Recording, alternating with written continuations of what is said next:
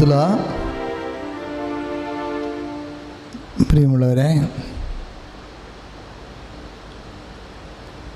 പരിശുദ്ധ അമ്മയുടെ കൂടെ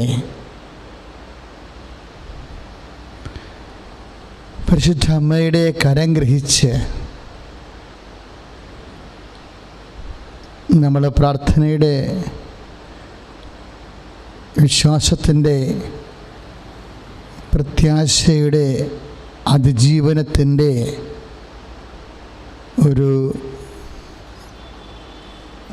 യാത്ര ആരംഭിച്ചിട്ട് 4 ദിവസമായി. ഈ 4-ാം ദിവസത്തിനുള്ളിൽ അണമുറിയാതെ കൃപാസനം അഖണ്ഡ ജപമാല പ്രാർത്ഥനാ റാലിയിൽ ജനങ്ങൾ ഹൃദയംഗമമായി പങ്കെടുക്കുകയും ഇപ്പോഴ് അവസാനിച്ച ഗൂഗിൾ മീറ്റിലൂടെ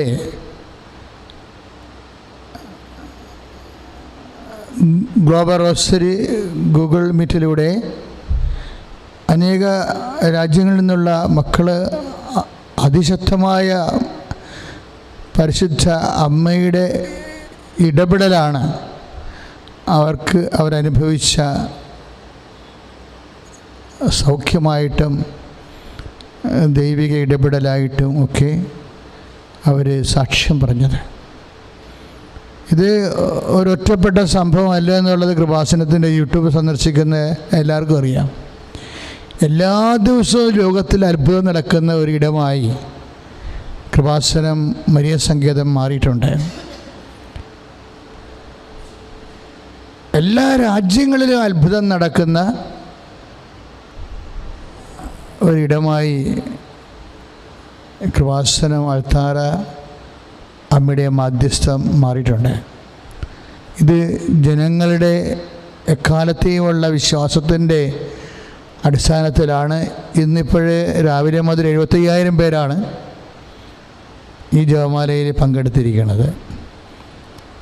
രാത്രി കൂടി 24 hours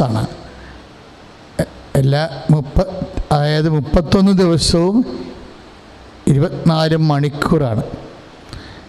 ഇപ്പോഴേ ഈ ശുശ്രൂഷ ഇപ്പം നടക്കുന്നത് അതിജീവനം അമ്മയോടൊപ്പം എന്നുള്ള 4ാമത്തെ ഭാഗമാണെന്ന് പറയുന്നത്. ജീവിതത്തിൽ അമ്മയോടൊപ്പം നിന്നാൽ നമുക്ക് ഏത് കാലാവസ്ഥയെയും അതിജീവിക്കാൻ കഴിയും. അതിജീവിക്കാൻ മാത്രമല്ല, കേവല അതിജീവനം മാത്രമല്ല, മറിച്ച് എല്ലാ മേഖലകളിലും ആധ്യാത്മികതും ഭൗതികവുമായി എല്ലാ മേഖലകളിലും ഭയങ്കരമായ വളർച്ചയോടുകൂടിയുള്ള അതിജീവനമാണ് എൻ്റെ അനുഭവത്തിൽ ഞാൻ കണ്ടിരിക്കുന്നത്. ഇപ്പോൾ ഒരാൾക്ക് രോഗം വന്നു, രോഗത്തിൽ നിന്ന് അയാൾ അതിജീവിക്കും. പക്ഷേ അയാളുടെ കുറേ കാലത്തേക്ക് അയാളുടെ ആരോഗ്യം ഇങ്ങനെ കെട്ടതുപോലെയൊക്കെ ഇരിക്കും. പിന്നെ ആ രോഗം മാറിയാലും കുറേ നാൾ കഴിഞ്ഞാണ് അയാൾ റിക്കവർ ചെയ്ത് വരുന്നത് പഴയ ആരോഗ്യത്തിലേക്ക്. അച്ഛൻ അതിജീവനം കൊണ്ട് ഉദ്ദേശിക്കുന്നത് അങ്ങനെയുള്ള ഒരു കേവലമായ ആ സങ്കടകാലം തരണം ചെയ്തു എന്ന് മാത്രമല്ല ഉദ്ദേശിക്കുന്നത്. ആ സങ്കടകാലം അതിശക്തമായ രീതി തരണം ചെയ്തിട്ട് അതിനേക്കാൾ വലിയ ഉന്നമനത്തിലേക്ക് വ്യക്തിയെ, കുടുംബത്തെ കൊണ്ടുപോകാനുള്ള സ്വർഗീയ പദ്ധതിയാണ് അമ്മ. അതിന് നമ്മളെ ഏറ്റവും കൂടുതൽ സഹായിക്കുന്നതാണ് ജപമാല എന്ന് പറയുന്നത്.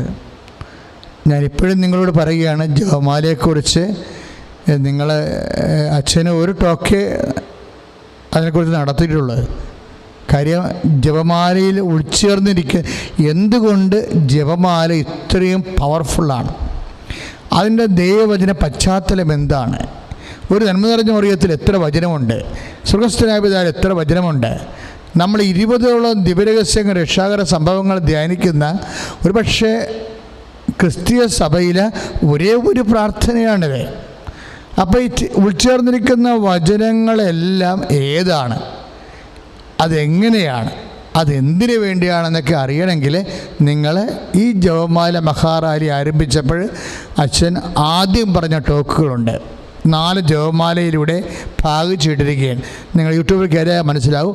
ഫസ്റ്റ് ടോക്ക് അത് ഇപ്പം തന്നെ ഏണ്ട 70,000 ആൾക്കാർ ഓൾറെഡി ആ വീഡിയോ ആണ് ആൾക്കാർ ഇത്രയും കൂടുതൽ എല്ലാ ദിവസവും കണ്ടുകൊണ്ടിരിക്കുന്നത്. കാര്യം വെച്ചാൽ അത്രയും റിച്ച് വേർഡ് ഓഫ് ഗോഡാണ്. എങ്ങനെയാണ് അന്മനറിഞ്ഞ മറിയത്തിലുള്ള 5 വചനങ്ങളും അതിൻ്റെ വ്യാഖ്യാനങ്ങളും, സ്വർഗ്ഗസ്ഥ പിതാവിലുള്ള 5 വചനങ്ങളും അതിൻ്റെ വ്യാഖ്യാനങ്ങളും, ഇങ്ങനെ ദൈവവചനം എന്തുകൊണ്ടാണ് ഈ രക്ഷയിലേക്ക് നയിക്കുന്ന ദൈവത്തിൻ്റെ ശക്തി. റോമ 1:16 അനുസരിച്ച് ദൈവവചനം രക്ഷയിലേക്ക് നയിക്കുന്ന ദൈവത്തിൻ്റെ ശക്തിയാണ്. ഈ ജപമാല മൊത്തം ദൈവവചനമാണ്. അതുകൊണ്ട് ജപമാല രക്ഷയിലേക്ക് നയിക്കുന്ന ദൈവത്തിൻ്റെ ശക്തിയാണ്. രക്ഷ എന്ന് പറയുന്നത് യേശുക്രിസ്തുവാണ്. അപ്പോൾ രക്ഷയിലേക്ക് നയിക്കുന്ന ദൈവത്തിൻ്റെ ശക്തി എന്ന് പറയുമ്പോൾ യേശുക്രിസ്തുവിലേക്ക് നയിക്കുന്ന ദൈവത്തിൻ്റെ ശക്തിയാണ്. യേശുക്രിസ്തുവിലേക്ക് നയിക്കുന്ന ദൈവത്തിൻ്റെ ശക്തിയായിട്ടാണ് ജപമാല കൺവേർട്ട് ചെയ്ത് വരണത്. അതാണ് ഇതിൻ്റെ പവറ്. അതാണ് ഞാൻ ഇന്നലെ മദർ തെരേസയെ കുറിച്ച് പറഞ്ഞത്. ഇങ്ങനെ ഓരോരുത്തർക്കും ഓരോ കാലഘട്ടത്തിൽ കാലോദയം പ്രാപിക്കുമ്പോൾ അവരൊക്കെ എല്ലാം എങ്ങനെയാണ് ലോകത്തെ ദൈവജനത്തെ നയിച്ചത്, അതിൻ്റെ അടിസ്ഥാനമായ ആധ്യാത്മിക ഘടകം എന്താണ്, എന്തുകൊണ്ടാണ് കാരുണ്യ നമസ്കാരവും ജപമാലയും തമ്മിൽ സബ്സ്റ്റിറ്റ്യൂട്ട് ചെയ്യാൻ പറ്റാത്തതെന്നൊക്കെ ആദ്യ ദിവസം ഞാൻ പറഞ്ഞിട്ടുണ്ട്. കാരുണ്യ നമസ്കാരം ഒരു സൊല്യൂഷനേ അല്ല. കാര്യം അത് സഭയിൽ ഞങ്ങൾ വൈദികർ സിസ്റ്റേഴ്സ് എല്ലാം ഞങ്ങളുടെ ആ പ്രാർത്ഥന സഭയുടെ പ്രാർത്ഥനയോട് ചേർന്നുള്ള ഞങ്ങളുടെ ജാഗ്രതയാണത്, സഭയുടെ പ്രാർത്ഥനയാണത്. ആ പ്രാർത്ഥനയോട് ഞങ്ങൾ മനസ്സായി യോജിച്ചുകൊണ്ട് സഭയുടെ ഒപ്പം യേശുവോട് പ്രാർത്ഥിക്കുന്ന സഭയുടെ പ്രാർത്ഥന, നോട്ട് ഫോർ എ സൊല്യൂഷൻ. പക്ഷേ ജപമാല അങ്ങനെയല്ല, ഇറ്റ്സ് ഫോർ എ സൊല്യൂഷൻ. എന്ത് സൊല്യൂഷൻ എന്ന് വെച്ചാൽ കംപ്ലീറ്റ് സൊല്യൂഷൻ. ഞാൻ അനുഭവിച്ചിരിക്കുന്നത് കംപ്ലീറ്റ് സൊല്യൂഷൻ എന്നാണ്. ഒരു മനുഷ്യൻ എന്ന രീതിയിൽ പദാർത്ഥമാത്രമായി ലോകത്ത് ഈ വ്യവഹാര ജീവിതം നമ്മൾ നയിച്ച് കൊണ്ടിരിക്കുമ്പോൾ അവന് ഉണ്ടാകുന്ന തിക്കുമുട്ടലുകൾ, പ്രതിസന്ധികൾ, പരാജയങ്ങൾ, അതിനെതിരെയുള്ള അധിനിവേശങ്ങൾ. ജപമാല ഈസ് ഫോർ ആധ്യാത്മികമായ ഒരു അധിനിവേശമാണ് നടക്കുന്നത്. എന്തിലുള്ള അധിനിവേശമാണ്? സാത്താൻ കൈവശം വച്ചിരിക്കുന്ന ദൈവരാജ്യ ഭൂമിയെ, അവിടെയുള്ള എല്ലാ ഭീകരന്മാരെയും തുരത്തിക്കൊണ്ട് ജപമാല യുദ്ധമാണ്.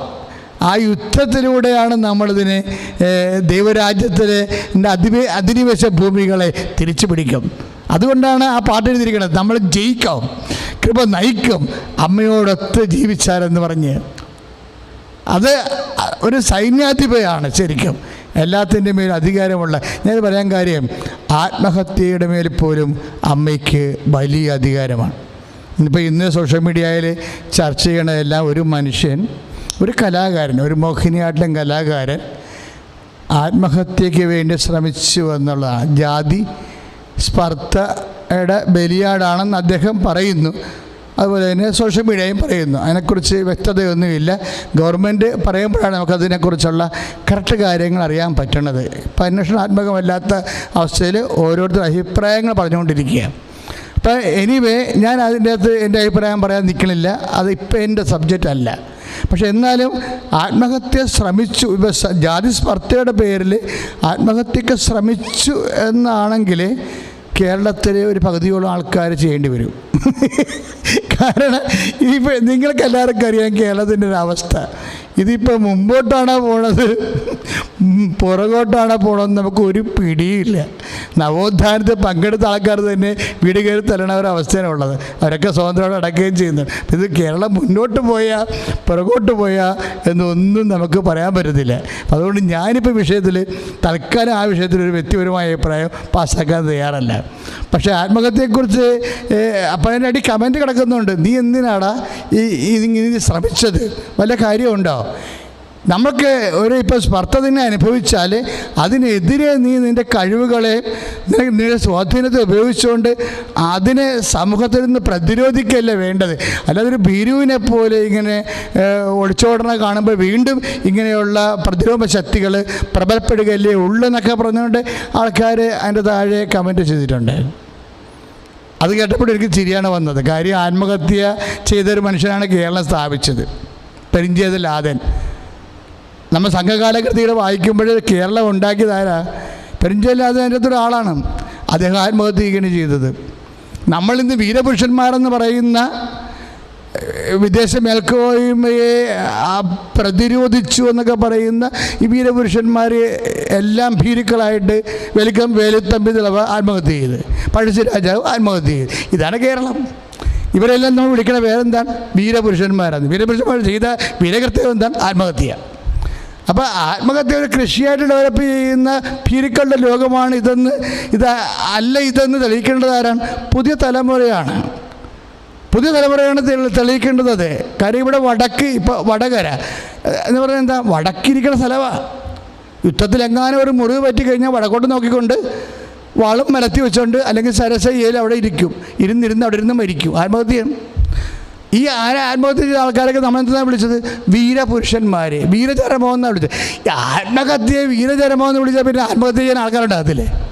അതല്ലേ ആത്മഹത്യയെ. ഒരു പക്ഷേ എനിക്ക് ഞാൻ അല്പപ്പെട്ടു. പട്ടാളക്കാരിപ്പോൾ ചൈനയോട്ട് നമ്മൾ അടിയുണ്ടാക്കി, അവർ നമ്മുടെ ഭൂമി കൈവശപ്പെടുത്തി അതിനെതിരെ നമ്മൾ പ്രതിരോധിച്ചപ്പോൾ സ്വാഭാവിക ഏറ്റുമുട്ടലിൽ നമ്മുടെ ഒരു പട്ടാളക്കാരൻ വീരചരമം പ്രാപിച്ചെങ്കിൽ അത് വീരചരമമാണ്.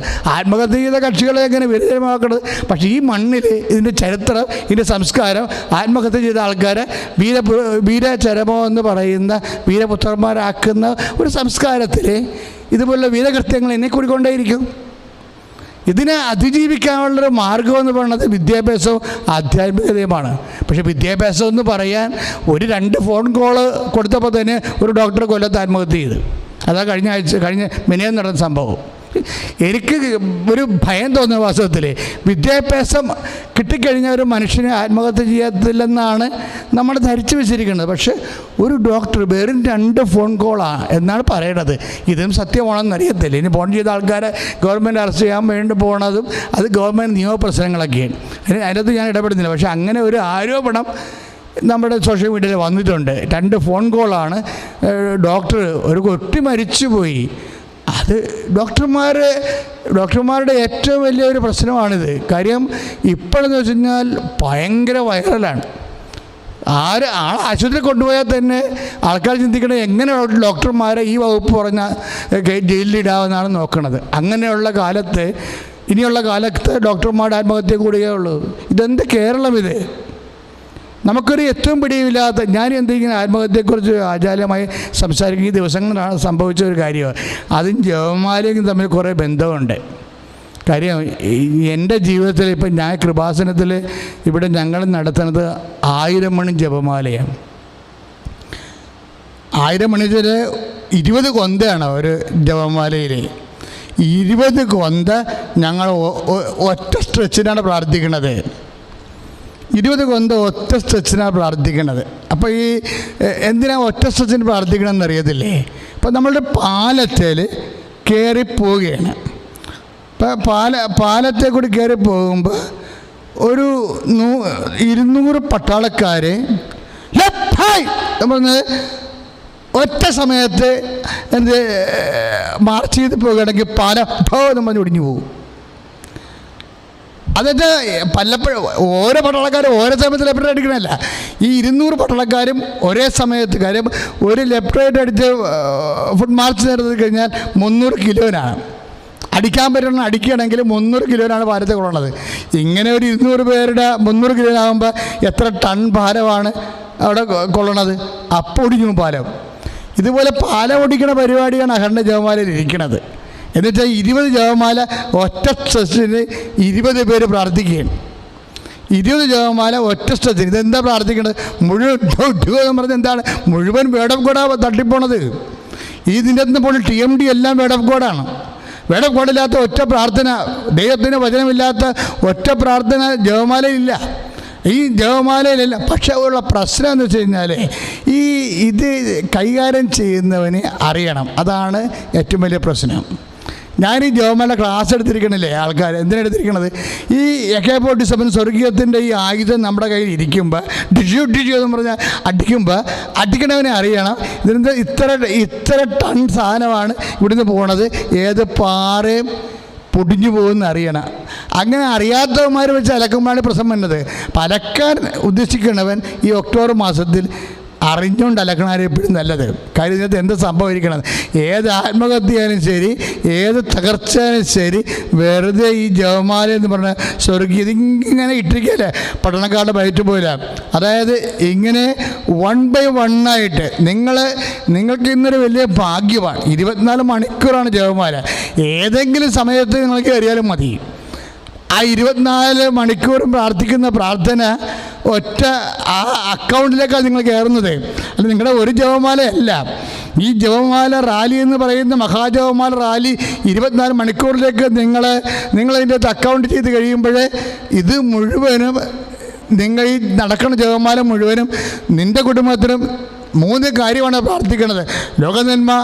ലോക കൊറോണ വിമുക്തമായ ഒരു ലോകവും നമ്മുടെ രാജ്യവും രക്ഷപ്പെടാൻ വേണ്ടി. പിന്നെ പ്രാർത്ഥിക്കുന്നത് നമ്മളുടെ ആത്മാക്കളുടെ വീണ്ടെടുപ്പിന് വേണ്ടിയുള്ള മിഷൻ പ്രവർത്തനങ്ങളെ വിജയിക്കാൻ വേണ്ടി. പിന്നെ പ്രാർത്ഥിക്കുന്നത് വ്യക്തികൾ നിലനിൽക്കാൻ വേണ്ടി, കുടുംബങ്ങൾ നിലനിൽക്കാൻ വേണ്ടി. ഇതിങ്ങനെ അത് നമ്മൾ പ്രാർത്ഥിക്കാൻ കാരണമെന്താ? കാര്യം നമ്മളാരും വ്യക്തിപരമായിട്ട് പ്രാർത്ഥിക്കാൻ വേണ്ടി കർത്താവ് ആവശ്യപ്പെട്ടിട്ടില്ല. സ്വർഗസ്ഥനായ എൻ്റെ പിതാവേ, എൻ്റെ രാജ്യം വരണമേ, എൻ്റെ തിരുമനസ്സ് നിറവേറണമെന്ന് അങ്ങനെയല്ല കർത്താവ് നമ്മളെ പഠിപ്പിച്ചത്. അവർ ഫാദർ ഇൻ ഹെവൻ, എൻ്റെ കർത്താവ് സ്വർഗസ്ഥനായ ഞങ്ങളുടെ പിതാവേ എന്നാണ്. അപ്പം മക്കൾ ഒരുമിച്ച് പ്രാർത്ഥിക്കണമെന്നാണ് ദൈവം ആഗ്രഹിക്കുന്നത്. മക്കൾ ഒരുമിച്ച് പ്രാർത്ഥിക്കണമെന്നാണ് ദൈവം ആഗ്രഹിക്കണമെങ്കിൽ സ്വർഗത്തിൻ്റെ മനസ്സാണത് എന്നുണ്ടെങ്കിൽ ജപമാലയിൽ സ്വർഗത്തിൻ്റെ മനസ്സാണ് നിറവേറണത്. അപ്പം എങ്ങനെ നിഷേധിക്കാം? ഈ ജപമാല പ്രാർത്ഥിച്ചു കൂട്ടിയ പ്രാർത്ഥനകളെല്ലാം നീ ചിലപ്പോൾ ഒരു ജപമാലയാണ് ഇതിൽ കൂടി ചെല്ലണമെന്നുണ്ടെങ്കിലും ഇവിടെ ചെല്ലണ ആയിരക്കണക്കിന് ജപമാല നിൻ്റെ അക്കൗണ്ടിലാണ്. എൻ്റെ ദൈവവേദലേ, നീ ഇത് നരകത്തിൻ്റെ അതുപോലെ തന്നെ ശുദ്ധീകരണ സ്ഥലത്തിൽ ആത്മാക്കളുടെ വീണ്ടെടുപ്പിന് വേണ്ടി ഒരു കാഴ്ചവെക്കണം. അവർക്ക് വേണ്ടി പ്രാർത്ഥിക്കാൻ ആരും ഇല്ലാത്തവർ, ഭൂമിയിൽ ആരും അവശേഷിക്കാത്തവർ ഒക്കെ നിത്യപിതാവ് തിരുസന്നിധി നീതിക്ക് വേണ്ടി നിലവിളിക്കുമ്പോൾ അവർ പിതാവിൻ്റെ മനസ്സിനെ സാന്ത്വനപ്പെടുത്താൻ വേണ്ടിയുള്ള ഒരു ആധ്യാത്മിക പരിഹാരം കൂടിയാണ് നമ്മളിപ്പോൾ പ്രാർത്ഥിക്കണം. അതുകൊണ്ടാണ് എൻ്റെ ഈശോയെ നരാജ്ഞങ്ങൾ രക്ഷിക്കണമേ, ശുദ്ധീകരണപ്പെട്ട ആത്മാക്കളിൽ അങ്ങ് വിശിഷ്യ അങ്ങേ സഹായം ഏറ്റവും ആവശ്യമുള്ളവർ സ്വർഗത്തിലേക്ക് ആനയിക്കണമെന്ന് നമ്മൾ ജപമാലയുടെ പ്രാർത്ഥന ആക്കിയിരിക്കുന്നത്. അത് സഹന സഭയോടുള്ള തീർത്ഥാടന സഭയുടെ ഐക്യദാർഢ്യമാണ്. ഈ ഐക്യദാർഢ്യം എന്ന് പറയുന്നത് വിജയസഭയിൽ പുണ്യാളന്മാരുടെ ഐക്യത്തിൽ അവർ നേടിയിരിക്കുന്ന ദൈവകൃപകൾക്ക് ഈ സഹനസഭയിലെ അംഗങ്ങൾക്ക് കൂടി ഓഹരി കൊടുക്കണമേ, അവകാശമാക്കണമേ എന്ന് തീർത്ഥാടന സഭയുടെ അംഗങ്ങൾ പ്രാർത്ഥിക്കുമ്പോൾ നമ്മൾ തീർത്ഥാടന സഭയും ശുദ്ധീകരണ സഭയുടെ സഹനസഭയും പുണ്യാളന്മാരുടെ വിജയസഭയും എല്ലാം കൂടിയാണ് സഭ. ഈ എല്ലാ സഭയുടെ മൊത്തം പ്രാർത്ഥനകളാണ്, സഭയുടെ മൊത്തം കൂട്ടായ്മയാണ്. ഈ കൂട്ടായ്മയ്ക്ക് വേണ്ടിയുള്ള ഒരേ ഒരു പ്രാർത്ഥനയാണ് നടക്കുന്നത്, ജപമാല പ്രാർത്ഥന. ഈ ജപമാല പ്രാർത്ഥന പ്രാർത്ഥിച്ച് വരുമ്പോഴേ എൻ്റെ മക്കളിത് മനസ്സിൽ ഇതെല്ലാം ഉണ്ടാകണം. ഇതെവിടെയെല്ലാം ചീള് പയണം എന്നുള്ളത് നിങ്ങൾക്ക് വ്യക്തമായിട്ട് മനസ്സിലാക്കണം. അല്ലാതെ വ്യക്തി സ്വന്തം വയറ്റിപ്പിഴപ്പിന് വേണ്ടി മാത്രമായിട്ട് പ്രാർത്ഥിക്കുമ്പോൾ സ്വാഭാവികമായിട്ട് ദൈവത്തിൻ്റെ സന്നിധിയിൽ നിനക്ക് ന്യൂനീകരണം ഉണ്ടാകും. അങ്ങനെ ഉണ്ടാക്കരുത്. കാര്യം മറിച്ച് ഞാൻ കർത്താവ് നീ വീണ്ടെടുത്ത നീ രക്തം കൊണ്ടെടുത്ത് വിലക്ക് വാങ്ങിയ സഭ ഞങ്ങൾ മാത്രമല്ല, ഞങ്ങളതിൻ്റെ ഒരു ഭാഗം മാത്രമാണ് ഭൂമിയിലെ സഭ. മറിച്ച് ശുദ്ധീകരണ സ്ഥലത്തിൽ ആത്മാക്കളുണ്ട്, വിജയസഭ അംഗങ്ങളുണ്ട്, ഞങ്ങളെല്ലാം കൂടി ഒരു സഭയാണെന്ന്. അപ്പം അത് കർത്താവിൻ്റെ എന്ത് സന്തോഷമായിരിക്കും അത് കേൾക്കുമ്പോൾ. ആ ഒരു ബോധത്തിൽ നമ്മൾ പ്രാർത്ഥിക്കുമ്പോൾ ദൈവം സ്വർഗം എന്തുമാത്രം സന്തോഷിക്കും. അല്ലെങ്കിൽ തന്നെ സ്വർഗം സന്തോഷിക്കുമെന്ന് കർത്താവ് പറഞ്ഞത്. ഒരു പാപി മാനസാന്തരപ്പെട്ടാൽ പോലും അതിൻ്റെ സന്തോഷത്തിൻ്റെ ഓളം സ്വർഗത്തിലുണ്ടാകുമെന്ന് പറഞ്ഞു. ദൈവം ഒരു വ്യക്തിയായതുകൊണ്ടാണ് സന്തോഷവും സങ്കടവും ദുഃഖവും എന്നൊക്കെ പറയണത്. അപ്പോൾ നമ്മൾ പ്രാർത്ഥിക്കുമ്പോൾ ദൈവത്തിന് സന്തോഷമുണ്ടാകും. എന്താ? നമ്മൾ സമ്യക്കായി സമഗ്രമായിട്ട് കണ്ടുകൊണ്ട് സമൂഹത്തെയാണ് ഒരുമിച്ചാണ് ദൈവ തിരുസന്നിധിയിൽ പരിശുദ്ധ അമ്മയെ മധ്യസ്ഥം നടത്തിക്കൊണ്ട് പ്രാർത്ഥിക്കുന്നത്. അതിൽ ഒരാൾ ആത്മഹത്യ ചെയ്താലും ഇപ്പം ഞാൻ ഇങ്ങനെ പറയാൻ കാരണം എന്തറിയോ, ഞാനൊരു പള്ളി ഇരിക്കുമ്പോൾ, ഇന്നലെ പറഞ്ഞ വാടക പള്ളി ഇരിക്കുമ്പോൾ കുടുംബയൂണിറ്റ് നടത്തിക്കൊണ്ടിരിക്കുകയാണ്. എൻ്റെ ലീഡേഴ്സുമായിട്ട് ഞാനിങ്ങനെ BCCയുടെ ക്ലാസ് ഒരുക്കിക്കൊണ്ടിരിക്കുകയാണ്. BCCയുടെ ക്ലാസ് തുടങ്ങിക്കൊണ്ടിരിക്കുന്ന സമയത്ത് വടക്കപ്പള്ളി വാതിക്കെ കൂടി ആൾക്കാരിങ്ങനെ തേരപ്പര ഓടണം. അപ്പോൾ ഇന്ന് ഇപ്പോൾ എൻ്റെ കൂടെ ഉള്ള മറിയാമ്മ ചേച്ചി, കൗൺസിലിങ്ങുള്ള മറിയാമ്മ ചേച്ചി എൻ്റെ കൂടെ അന്ന് BCC ഗ്രൂപ്പിൽ ഇരുന്നുകൊണ്ട് എൻ്റെ ക്ലാസ് അറ്റൻഡ് ചെയ്യുകയാണ്. ഇപ്പോൾ ഒരു മാസം ജനങ്ങളെ പഠിപ്പിക്കാനുള്ള കാര്യങ്ങൾ ഞാൻ ലീഡേഴ്സിന് ക്ലാസ് എടുത്ത് കൊടുക്കുകയാണ്, രൂപതയിൽ നിന്ന് വന്നിരിക്കുന്ന ഒരു പ്രത്യേക ഗൈഡ് ലൈൻസ് പ്രകാരം. അപ്പോൾ ഈ ആൾക്കാരുടെ ഓട്ടം കണ്ടപ്പോൾ എനിക്ക് റോഡെ കൂടിയാണ് ആൾക്കാർ ഓടുന്നത്. എനിക്ക് ഒരു പെശക ഓട്ടം പോലെ തോന്നി. അപ്പോൾ ഞാൻ മറിയാമ്മ ചേച്ചിട്ട് പറഞ്ഞു, മറിയാമ്മ ചേച്ചി ഒന്ന് ചെന്ന് നോക്കിയേ, എന്നാ ഒരു കുഴപ്പമാണെന്ന് തോന്നുന്നതെന്ന് പറഞ്ഞു. അപ്പോൾ മറിയാമ്മ ചേച്ചി ഈ കൂട്ടായ്മ പോയിച്ചൊന്ന് തിരിച്ചു പോയി പറഞ്ഞു, അച്ഛാ എന്ന് വിളിച്ച്. എന്താ എൻ്റെ ചെവിയെന്ന് പറഞ്ഞച്ചാ, നമ്മുടെ പള്ളിവാട വാതിക്കൽ ആ വീട്ടിൽ ഒരാൾ ആത്മഹത്യ എന്ന് പറഞ്ഞു. ഞാൻ വല്ലാണ്ട് ചമ്മിപ്പോയി ശരിക്കും. പള്ളിയുടെ വാതിക്കലെ വീട്ടിലൊക്കെ ആൾക്കാർ ആത്മഹത്യ എന്ന് പറഞ്ഞാലേ ഒരു പുരോഗതിയൊന്നും ഒരിക്കലും ഒരു ഈ ജന്മത്തെ സഹിക്കാൻ പറ്റത്തില്ല. കാരണം ഈശോ ജീവനോടെ ഇരിക്കുമ്പോൾ എങ്ങനെയാണ് തിരുനടയിലുള്ള വീട്ടിലെ ആൾക്കാർ ആത്മഹത്യ ചെയ്യണത്? ഞാൻ ഉടനെ തിരിഞ്ഞ് കർത്താവിനെ രൂക്ഷമായിട്ട് നോക്കി. എനിക്ക് വിറഞ്ഞാൽ ഞാൻ കർത്താവിനെ നോക്കും. കാര്യം നമ്മൾ അവൻ്റെ ചോരക്ക് പരിഹാരം ചെയ്യാൻ വേണ്ടിയാണ് ജീവിച്ചിരിക്കുന്നത്. അവനിവിടെ വീണ ചോരക്കില്ലേ, ആത്മാക്കൾക്ക് വേണ്ടി ചിന്തിച്ച ചോരക്ക് മറുപടി പറയാൻ വേണ്ടി പിശാചിനോട് പ്രതികാരം ചെയ്യാൻ വേണ്ടിയാണ് ഈ വൈദിക വിഷം കെട്ടിരിക്കുന്നത്. അല്ല പിന്നെ എൻ്റെ ആവശ്യം എന്ത്? ഇപ്പം ഞാൻ കർത്താവിനെ രൂക്ഷമായി നോക്കി. ഇതനുവദിക്കരുതായിരുന്നു എന്നുള്ള ഉദ്ദേശത്തിലാണ് ഞാൻ കർത്താവിൻ്റെ മുഖത്തേക്ക് നോക്കിയത്. ദൈവകൃപാനായിട്ട് നോക്കിയതാണ്. ഞാൻ പിന്നെ പോയി നോക്കിയപ്പോൾ ആളിങ്ങനെ തൂങ്ങി നിൽക്കുന്നുണ്ട് കയറ്. അത് ഭയങ്കര കോമഡിയാണ്. ആ കോമഡി എന്ന് വെച്ച് കഴിഞ്ഞാൽ ഈ ആൾ ഇങ്ങനെ തൂങ്ങി നിൽക്കുകയല്ലേ, ചത്തുപോയി. ഇനിയിപ്പോൾ തൊടാൻ പറ്റത്തില്ല, പോലീസ് വന്നാലും മാത്രമേ അത് എടുക്കാൻ പറ്റത്തുള്ളൂ. അപ്പോഴാൾക്കാർക്ക് ആർക്കും ഒരു സങ്കടമില്ല. അവിടെ ചെന്നിട്ടേ ചിലക്ക് ചിരിക്കണമെന്നുണ്ട് ഇയാൾ ആത്മഹത്യ ചെയ്ത് കിടക്കണം കണ്ടിട്ട്. അപ്പം ഞാൻ ചെന്നപ്പോൾ ആൾക്കൂടെ ഒരു ശാന്തമായി. എന്നാലും ഞാൻ ന്യൂട്രലായിട്ട് ചോദിച്ചു, എന്താ ആൾക്കാരുടെ മുഖത്തൊക്കെ ഒരു സങ്കടമില്ല, ഇതെന്താ ആൾക്കാർ ഇങ്ങനെ നിൽക്കണേ? അപ്പോൾ എന്നാ അച്ഛ ഒരു സംഭവം ഉണ്ടെന്ന് പറഞ്ഞു. അപ്പോൾ അടുത്ത് വിജയൻ എന്ന് പറഞ്ഞൊരു ആളുണ്ട്, കട ഇപ്പോഴുള്ളതാണ് ആൾ. അപ്പോൾ ആ വിജയൻ്റെ കടയിൽ ചെന്ന് ഈ ആത്മഹത്യ ചെയ്യാനുള്ള ആൾ ഒരു അരമണിക്കൂർ മുമ്പ് ചെന്നതാണ് ആ കടയിൽ. ചെന്നേച്ച് വെച്ച്, വിജയ എന്ന് അവിടുന്ന് കുറേ ഹോൾസെയിൽ കടയാണ്, പലചരക്ക് കട. അപ്പോൾ കയറും ചൂലും തടുക്കും തട്ടിയൊക്കെ എല്ലാം പുറത്താണ് വെച്ചേക്കുന്നത്. അപ്പം അതിൻ്റെ അകത്ത് ഒരു കയറെടുത്ത് വിജയനോട് അകത്തുള്ള കടക്കാർ ഭയങ്കര തിരക്കാണ്, ആൾക്കാർ നിൽക്കുകയല്ലേ. അപ്പോൾ വിജയനോട് ചോദിച്ചു, വിജയ ഇതിന്മേൽ കെട്ടിയത് ഇങ്ങനെ ചാകുവാന്ന് ചോദിച്ചു. അപ്പോൾ ഉടനെ വിജയനോടത്തെ കോമഡിയാണ് ചോദിച്ചാൽ പറഞ്ഞ്, ചേട്ടാ അതല്ല അപ്പുറത്ത് ആ മുപ്പിരി കയറിയിരിപ്പുണ്ടായിരുന്നു, അത് ക്ലിയറാണെന്ന് സാധനം, അതൊക്കെ സാധനം ക്ലിയറാണെന്ന് പറഞ്ഞു. എന്താ ഒക്കെ എന്ന് പറഞ്ഞ് പുള്ളി എടുത്ത് 24,000 രൂപയും കൊടുത്ത്. അപ്പോഴും വല്ല പീച്ചില്ല കാച്ചില്ല വള്ളിയിടാൻ പോകണമെന്നാണ് വിജയം വിചാരിച്ചത്. പുള്ളിക്കാരൻ പോയി ഈ കയർ മുപ്പിരി പിന്നെ ഒന്നുകൂടി പിരിച്ചെടുത്ത് വെച്ചും കെട്ടിത്തൂങ്ങി അപ്പത്തന്നെ ചത്ത്. അധികം സമയം എടുത്തേ, പെട്ടെന്ന് ചത്ത്. ഇത് കഴിഞ്ഞ് ഒരാഴ്ച കഴിഞ്ഞപ്പോൾ എനിക്കാണെങ്കിൽ ഇങ്ങനെ ഇടവകയിലൊക്കെ ഇരിക്കുമ്പോൾ വള്ളവായിക്ക് ആൾക്കാർ കെട്ടിത്തൂങ്ങി ചത്താന്ന് പറഞ്ഞാൽ നമുക്ക് പിന്നെ ആൾക്കാരുടെ മുഖത്ത് നോക്കാൻ പറ്റുന്നത്. അപ്പം ഞാൻ വിചാരിക്കുന്നത് നമ്മുടെ പ്രാർത്ഥനയ്ക്ക് എന്തൊരു കുഴപ്പമുള്ളതുകൊണ്ടാണ് ഇടവക്കാർ ആത്മഹത്യ ചെയ്യണത്. അങ്ങനെ ഇന്നും ആ ധാരണ എനിക്കുണ്ട്, അല്ലാതെ മാറിയിട്ടൊന്നുമില്ല. അതല്ല ഗതികേട്. ഒരാഴ്ച കഴിഞ്ഞില്ല, അതൊക്കെ പിന്നെ ആൾക്കാർ ഓട്ടം തുടങ്ങി. അപ്പം മഴയും പെയ്ത്. അപ്പം തിരക്ക് നോക്കിയപ്പോൾ ഉണ്ട് ഒരാൾ കൂടി ആത്മഹത്യ എന്ന് പറഞ്ഞു. അപ്പം ഞാനവിടെ ദൈവം ഇത് എന്ത് കുരിശ്. ഞാനുടനെ കുടയെ എടുത്തിട്ട് മഴയത്ത് ഈ ആത്മഹത്യ വീട്ടിൽ പോയി നോക്കിയപ്പോൾ അവിടെയും തൂങ്ങി നിൽപ്പോൾ ചേടത്തി അത് തൂങ്ങി നിൽക്കണം. ഞാൻ പറഞ്ഞു ആരാണെന്ന് ചോദിച്ചു. കാരണം എനിക്കൊരു മരപ്പെട്ട ഇടക്കാരെ അറിയാം.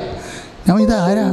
ഇത് കൊല്ലത്തുനിന്ന് വന്നതാണ്, ഗസ്റ്റായിട്ട് വന്നതാണ് ആത്മഹത്യ. ഗസ്റ്റായിട്ട് വന്ന് ആത്മഹത്യ ചെയ്തു. ഗസ്റ്റായിട്ട് വന്ന് സിനിമയിൽ അഭിനയിക്കണം നമുക്ക് കേട്ടിട്ടുണ്ട്. ഗസ്റ്റായിട്ട് വന്ന് ആത്മഹത്യ ചെയ്താന്ന് പറഞ്ഞ് അത് ഇതുപോലെ സംഗതി ഇതാണ്. കുറച്ച് കഴിഞ്ഞപ്പോൾ ഇങ്ങനെ പോകുന്നപ്പോഴേ ഞാൻ റോഡെ കൂടി ഒറ്റയ്ക്ക് നടക്കുക, നല്ല മഴയും പെയ്യുന്നുണ്ട്, ഇരുട്ടായി വരുന്നുണ്ട്. എനിക്ക് തോന്നി അമ്മേ ഇതെന്ത് പറ്റിയെന്ന് ചോദിച്ചു.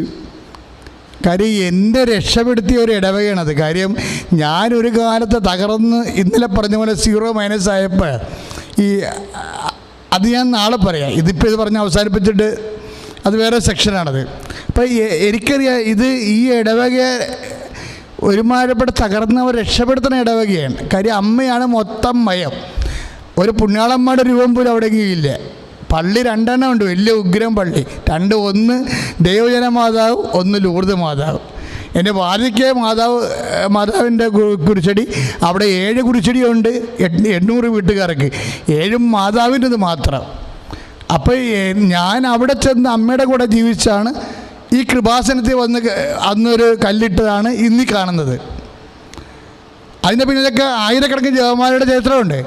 അപ്പോൾ ഇങ്ങനെ ഒരു ഇടവകയിൽ അമ്മ മയത്തിൽ ഞാനങ്ങനെ അനുഗ്രഹിച്ച് ആറാടി ആർമാദിച്ച് നിൽക്കുന്ന ഒരു കാലമാണ്. അപ്പോഴാണ് ഈ ആത്മഹത്യ അതിൻ്റെ കൂടെ സമാന്തരമായിട്ട് വരണത്. ഇപ്പം ഞാൻ തിരിച്ചു പോയപ്പോൾ ഇനി എന്ത് ചെയ്യും, ഇനി ആത്മഹത്യ ചെയ്യാൻ പാടില്ല ഈ ഇടവകയെ, ഇനി എന്ത് ചെയ്യുമെന്ന് ഞാൻ വിചാരിച്ച് അപ്പോൾ ഞാൻ ചെന്ന സമയത്ത് ചെയ്തൊരു പരിപാടിയുണ്ട്. ആ റോഡിലുള്ള റോഡിലൊരു കുരിശടി ഉണ്ടായിരുന്നു മാതാവിൻ്റെ. നല്ല സുന്ദരിയായ മാതാവാണ്, മനോഹരിയായ മാതാവ്. അപ്പോൾ അമ്മയുടെ കുരിശടി അത്ര ഒരു ഇങ്ങനെ ഉറഞ്ഞു കിടക്കുകയായിരുന്നു. ഞാൻ ചെന്ന ഉടനെ അമ്മയുടെ കുരിശടി ഭംഗിയാക്കിയിട്ട് ഞാൻ ചേച്ചിമാരോടെല്ലാം പള്ളി വിളിച്ച് പറഞ്ഞു, ഞാൻ അമ്മയുടെ കുരിശടി നമ്മൾ റെഡിയാക്കിയിട്ടുണ്ട്, ഇനി നിങ്ങൾ പ്രഗ്നൻ്റ് ആകുമ്പോൾ വന്ന് അമ്മയുടെ തിരുന്നോ എന്ന് പറഞ്ഞ് പ്രസവിക്കണവരെ അമ്മ നിങ്ങൾ സംരക്ഷിച്ചോളൂ, വേറെ ഒരു കുഴപ്പം ഉണ്ടാകത്തില്ല. ഞാനിത് കുർബാനയ്ക്ക് പറഞ്ഞാണ്, എൻ്റെ മനസ്സിൽ വന്ന് ഞാൻ പറഞ്ഞു. പക്ഷേ പിന്നീട് ഇവിടെ ഗർഭിണികളായ അമ്മമാരെല്ലാം ഒരാഴ്ച ഗർഭമായി ആണെന്ന് ഡോക്ടർ പറയുന്ന സമയം മുതൽ അവരിങ്ങനെ, നാട്ടുകാരാണെങ്കിൽ നാട്ടിൽ, പിന്നെ 7-ാം മാസം പോകേണ്ടവരാണെങ്കിൽ അങ്ങനെ അവർ ഇന്നും അതുപോലെ ചെയ്യുന്നുണ്ട്. കാര്യം എൻ്റെ മനസ്സിൽ അമ്മ ഗർഭിണിയായിരുന്നല്ല. അപ്പം അമ്മയ്ക്കറിയാം ഈ വയറ് മരിച്ച് പോണതിൻ്റെ അവസ്ഥകളെല്ലാം അമ്മയ്ക്കറിയാം. അപ്പോൾ ഇങ്ങനെയുള്ളവരെ അമ്മയ്ക്ക് പ്രത്യേകമായ ഒരു കരുതലുണ്ടെന്ന് എൻ്റെ മനസ്സിൽ കുർബാനയ്ക്ക് പരിശുദ്ധാത്മാവ് പറഞ്ഞതാണ്. അപ്പോൾ ആ ഒരു നോട്ട് രഹസ്യം എനിക്ക് കിട്ടിയപ്പോൾ ഞാനത് സഭയ്ക്കോട് പറഞ്ഞു കൊടുത്ത്, ഇതാണ് സംഭവം, നിങ്ങൾ വന്നിരുന്നോ, അമ്മ നിങ്ങളെ സംരക്ഷിച്ചോളൂ, ഒന്നും ഇനി പേടിക്കേണ്ട കാര്യമില്ലെന്ന് പറഞ്ഞ്. അതിപ്പോൾ കന്യഗർഭക്കാർക്കൊക്കെ ഭയങ്കര പേടിയാണല്ലോ. അപ്പോൾ അവരൊക്കെ ആദ്യമേ വരാൻ തുടങ്ങി. അവരിരുന്നുകൊണ്ടിരുന്ന ജപമാലയെല്ലാം കാണാം, അവർ ഭയങ്കര കാഴ്ചയായിരുന്നത്. ഇപ്പോഴും അത് തന്നെ സംഭവിക്കണം അവിടെ. ആ ഇടവക ആര് പ്രഗ്നൻ്റ് ആയാലും അമ്മയടുത്ത് വന്നിരിക്കും അവിടെ. ഒരു ദിവസമൊക്കെ ഇരുന്ന് വെച്ചും പോകുന്ന ആൾക്കാരുണ്ട് ജപമാലയല്ല, അല്ലെങ്കിൽ 3 ജപമാല ഇരുട്ട് പോകും. അപ്പോൾ ഞാൻ അവർക്ക് വേണ്ടി ഒരു തട്ടിയൊക്കെ ഉണ്ടാക്കി കൊടുത്തു. അവർക്ക് മഴയും വെയിലും കൊള്ളാതിരിക്കാൻ വേണ്ടി, ആൾക്കാർ സ്വസ്ഥമായിട്ടിരിക്കാൻ വേണ്ടി ഒരു സംവിധാനം ചെയ്ത് കൊടുത്തപ്പോൾ ഞാനും വന്ന് ഈ സന്ധ്യക്ക്, അപ്പോൾ ഇപ്പം എൻ്റെ പിടിവിട്ട് നിൽക്കുകയല്ലേ, കാര്യം 2 ആത്മഹത്യ ഒരാഴ്ചക്കുള്ളൂ, ഇനി ആരൊക്കെ ആത്മഹത്യ ഒന്നൊരു പിടിയില്ല. അപ്പം ഞാൻ വന്ന് പറഞ്ഞ, അമ്മേ പണിപാളി, ഇനി സംഭവം ഇത് നടക്കത്തില്ല കേട്ടോ എന്ന് പറഞ്ഞു. അപ്പം ഞാൻ അവിടെ മുട്ടുകുത്തി ഒരു 4 ജപമാല മുട്ടയെന്ന് ചൊല്ലിയിട്ടുണ്ട്. കാര്യം അമ്മ ഇറങ്ങണമല്ലോ, അല്ല നടക്കത്തില്ല പരിപാടി. വഴിയെ പോണനൊക്കെ വന്ന് കയറി ഇടവയ്ക്കൊരു ആത്മഹത്യയാണ് ശരിയാണ്. അപ്പം അപ്പോഴേക്ക് എനിക്കത് ദേഷ്യവും അരിശമൊക്കെ വരുന്നുണ്ട്. അപ്പോൾ ഇടവകയുടെ ഒരു പ്രൊട്ടക്ഷൻ പോണ പോലെ എനിക്ക് തോന്നിയത്. അപ്പോൾ അമ്മയുടെ നീലം മേലങ്കി കൊണ്ട് സംരക്ഷിക്കണം. അപ്പം അതുകൊണ്ട് അമ്മ ഈ വിഷയത്തിൽ പ്രത്യേകമായ ശ്രദ്ധ ചെലുത്തണമെന്ന് പറഞ്ഞുകൊണ്ട് ഞാനിങ്ങനെ കൈവിരിച്ചു വിടുന്നുണ്ട്. ജപമാല ചൊല്ലുകയാണ്. ജപമാല ചൊല്ലി നല്ല മഴയും പുറത്ത് ജപമാല ഇല്ലെങ്കിൽ അവിടുന്ന് പോയി പഴക്കാൻ പറ്റത്തില്ല, അത്ര മഴയാണ് പുറത്ത്.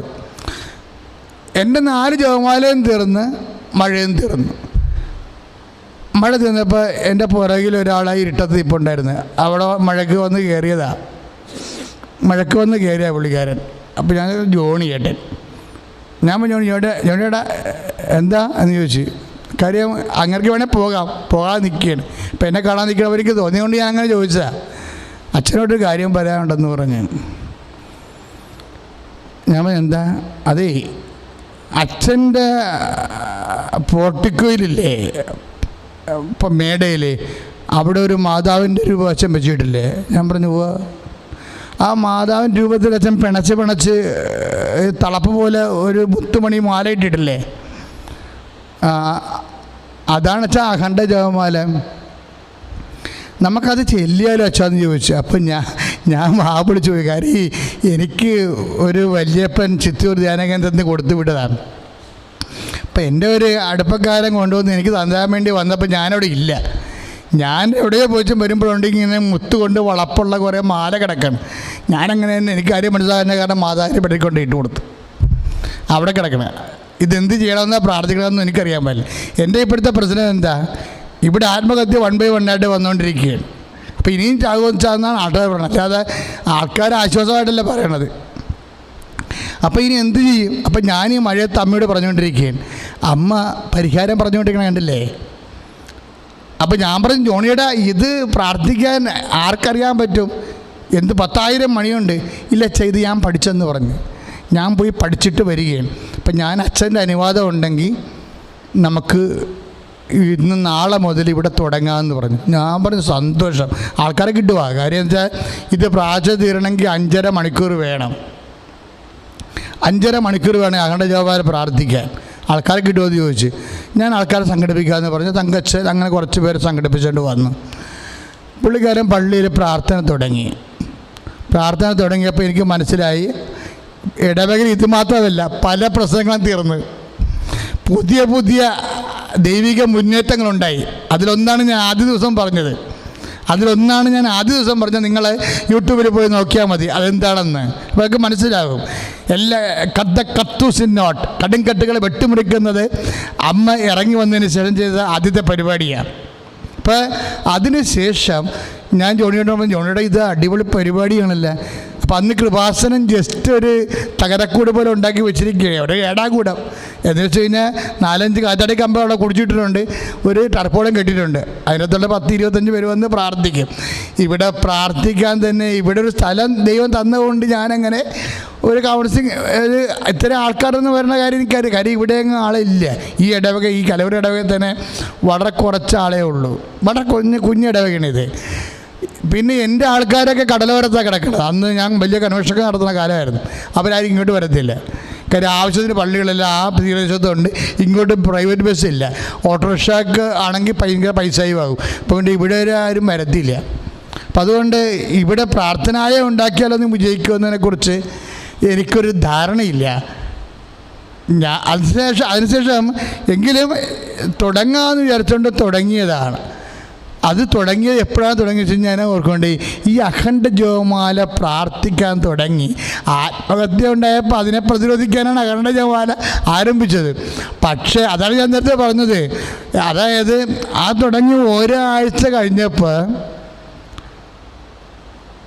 ഞാൻ കൊണ്ട് 2 കാറ്റാടി കമ്പ് കുഴിച്ചിട്ടിട്ടാണ് ഇവിടെ ഒരു ടർപ്പോളം വലിച്ച് കയറിയിട്ടാണ് 2002 ഇവിടെ പ്രാർത്ഥന തുടങ്ങിയത്. 2002 സംഭവം തുടങ്ങുന്നത്. അപ്പോൾ അഖണ്ഡ ജപമാല കഴിഞ്ഞിട്ട് അഖണ്ഡ ജപമാലയോട് കൂടിയാണ് കൃപാസനത്തിൽ 2002 കലവൂർ മിഷൻ ആരംഭിക്കുന്നത്. ഞാനിപ്പോൾ തൽക്കാലം അവസാനിപ്പിക്കുകയാണ്. നാളെ വേറെ കൂടുതൽ പറഞ്ഞുതരാം. ഒരു കാര്യം മനസ്സിലാക്കേണ്ടത് മക്കളെ, ആത്മഹത്യയാണോ അല്ലെങ്കിൽ നിൻ്റെ ഈ സ്ഥലം തന്നെ നമുക്ക് ലഭിച്ചിട്ട് ഇവിടെ എന്ത് ചെയ്യണമെന്ന് എനിക്കൊരു കുന്തം അറിയാൻ പാടില്ലായിരുന്നു. 97 മേടിച്ച സ്ഥലമാണ്. 98, 99, 2000, 2001, 5 കൊല്ലം ഒന്നും ചെയ്യാനില്ലാതെ വെറുതെ വേസ്റ്റായിപ്പോയി. കാര്യം നമുക്കറിയത്തില്ല എന്ത് ചെയ്യണമെന്ന്. ആ സ്ഥാനത്താണ് ഒരു അഖണ്ഡ ജപമാല ചൊല്ലിക്കഴിഞ്ഞപ്പോൾ അമ്മ അടഞ്ഞു കിടന്ന വാതിൽ തുറന്ന് എന്നോട് പറഞ്ഞ് കാറ്റാടി കമ്പ് കൊണ്ട് കുഴിച്ചിട്ട് ടർപ്പോളെ കെട്ട് നന്മ നിറഞ്ഞവരെയും ചൊല്ലിക്കൊള്ളാൻ പറഞ്ഞു. അങ്ങനെ ചൊല്ലി തുടങ്ങിയ കൃപാസനമാണ്. ഇപ്പം തന്നെ ഈ ജപമാല 2 ലക്ഷം പേർക്ക് കൂടിക്കഴിഞ്ഞു. നമ്മൾ 2 ദിവസമേ ആയുള്ളൂ തുടങ്ങിയിട്ട്. 4 ദിവസമേ ആയുള്ളൂ തുടങ്ങിയിട്ട്. അപ്പോൾ ഇതാണ് ജപമാല എന്ന് പറയുന്നത്. അപ്പം അതുകൊണ്ട് ഒരു കാരണവശാൽ എൻ്റെ മക്കൾ പതറരുത്. എന്ത് നടക്കാത്ത കാര്യമായാലും ശരി, എന്ത് ചെയ്യണമെന്ന് അറിയാൻ പാടില്ലാത്ത വിഷയമായാലും ശരി, ആത്മഹത്യാ വിഷയമായാലും ശരി, അമ്മയാണ് അഭയം, അമ്മയാണ് മറുപടി, ജപമാലയാണ് മാർഗം. ദൈവം നിങ്ങളെ അനുഗ്രഹിക്കട്ടെ. Praise the Lord.